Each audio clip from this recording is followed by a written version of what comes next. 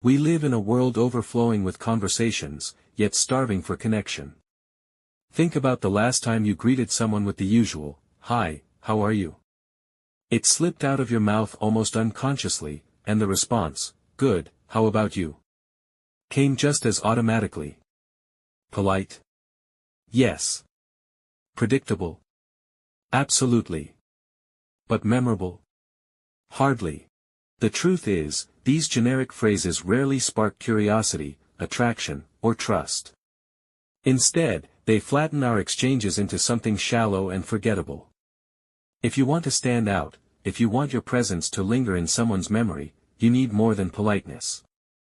You need presence. And presence begins with words.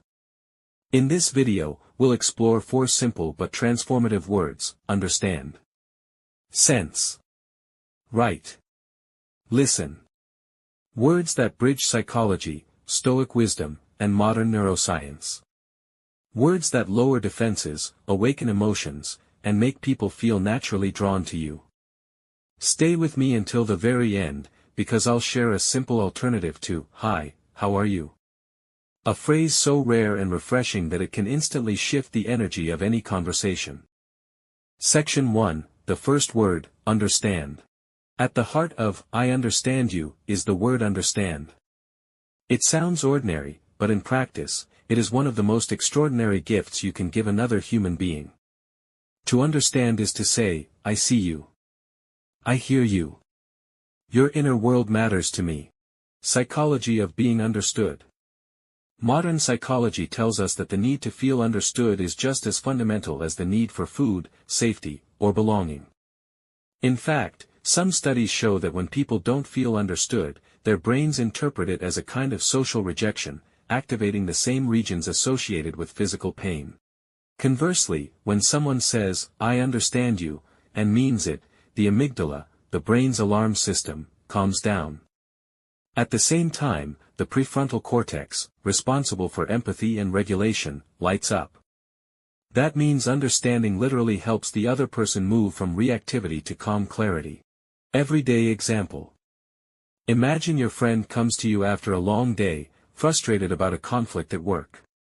If you jump in with solutions, just ignore it, just focus on your own tasks, you may think you're helping, but often, you're not. What they want first is to feel understood.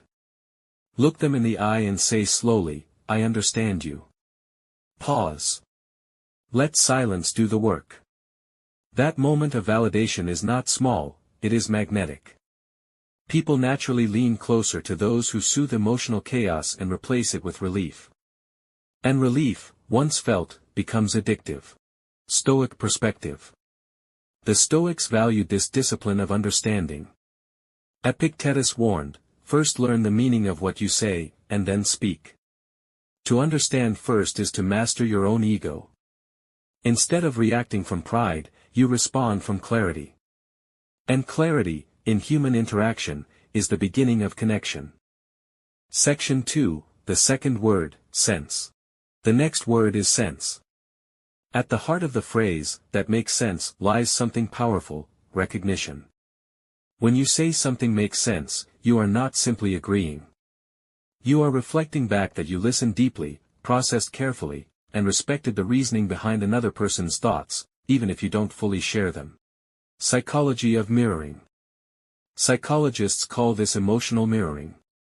When we reflect back what someone says in a validating way, we confirm that their effort to express themselves landed. Social psychology's shared reality theory explains why this matters. We feel closest to those who confirm our experience of the world. When someone says, "That makes sense to me," our brain interprets it as alignment. And alignment breeds closeness. Everyday example. Imagine your partner tells you why they want to change jobs. Instead of dismissing it or debating, you respond, "That makes sense to me, I can see how you'd feel stuck in that environment." Notice, you didn't say you agreed. You said it made sense. That single acknowledgement turns potential conflict into collaboration. It tells the other person, "I respect your perspective." Stoic perspective.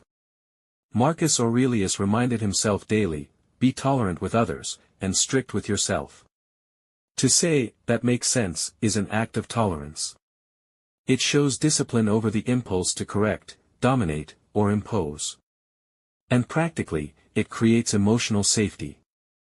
Safety is what allows trust to grow. Section 3, the third word, right. The third word is right. At first glance, it seems trivial. But it satisfies one of the most universal human hungers, the need for validation.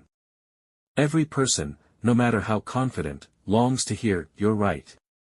Not because they want to win, but because they want to be seen, respected, acknowledged. Psychology of validation. Psychologists point to confirmation bias, our tendency to favor those who affirm our beliefs. When you say, "You're right," you're not losing influence. You're gaining it. You reduce defensiveness and open the door to deeper conversation. Everyday example. Imagine a heated debate at work. Tension is rising. Instead of pushing harder, you pause, look at your colleague, and say, "You're right about that part." Instantly, the emotional temperature drops. Their ego relaxes. The conversation shifts from combat to cooperation. Stoic perspective. Seneca wrote, "It is the power of a great mind to acknowledge and embrace truth no matter where it comes from." To recognize truth in others is not weakness, it's strength. Because it shows that you value truth over ego. In relationships, saying, "You're right," with sincerity shows humility and maturity. It communicates, "I don't need to win every inch. I value connection more than dominance." And paradoxically, that kind of humility makes you more attractive, not less. Section 4, the fourth word, listen. The final word is listen. At the heart of, "I'm listening," is one of the rarest and most magnetic acts in our noisy modern world. We live in a culture where people speak more than they hear. Where conversations feel like competitions of who can reply faster. Studies show that the average person retains only about 25% of what they hear. That means genuine listening, listening without distraction, without judgment, without rehearsing your reply, is shockingly scarce. And scarcity creates value. Psychology of listening.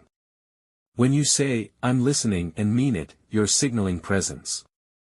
You're telling the other person, "Right now, you matter. Right now, you have my full attention." Psychologists note that being listened to fulfills the universal drive for belonging, the need to feel noticed, significant, and safe. Neuroimaging studies reveal that being deeply listened to activates the same brain reward pathways as receiving gifts. Everyday example. Think about it, when was the last time someone gave you undivided attention? No phone, no multitasking, no rushing. That memory stands out precisely because it is so rare. When you embody listening, people associate your presence with relief and authenticity. And both are magnetic. Stoic perspective. Zeno, the founder of Stoicism, famously said, "We have 2 ears and 1 mouth so that we can listen twice as much as we speak." The Stoics saw listening not as passivity, but as mastery, control over the impulse to dominate. In relationships, listening sustains attraction far more than appearance or charm. Because beyond the surface, what people crave is safety. And listening is safety made visible. Section 5, replacing, "Hi, how are you?" Now, let's circle back. Most conversations begin with the same empty script, "Hi, how are you?" It's polite, but rarely sparks interest. It rarely makes you memorable. What if there were a better way? Here's the alternative: instead of, "Hi, how are you?" try saying, "Tell me something good." It's fresh. It's disarming. It immediately shifts the energy of the exchange. Instead of autopilot, people pause. They think. They share something meaningful. This small change opens the door to real connection. Conclusion: awakening through words. So here's the truth: attraction and influence are not about saying more. They're about saying what matters. The 4 words we explored: understand, sense, right, listen, are not tricks. They are timeless tools. They embody both Stoic wisdom and modern psychology. They remind us that human beings don't crave clever lines. They crave connection. When you use these words with presence, you become the kind of person others want to be near. The kind of person they remember. Because you are not just polite. You are present. And in the end, connection is not about chasing people. It's about awakening something within them, the feeling of being safe, seen, and understood. So next time you're about to say, "Hi, how are you?" pause. Try instead, "Tell me something good." And when the door opens, remember the 4 words: understand, sense, right, listen. Say them slowly. Mean them fully. And watch as ordinary conversations transform into unforgettable connections. Words are powerful. They can wound, or they can heal. They can close hearts, or they can open them. So tell me, which of these 4 words, understand, sense, right, listen, do you feel you need most in your life right now? Share it in the comments below. You might be surprised how many people feel the same. And if this message spoke to you, subscribe and stay with us. Every week, we dive deeper into psychology, emotional healing, and timeless wisdom, so together, we can learn not just how to speak, but how to truly connect. Because at the end of the day, connection is what makes us human.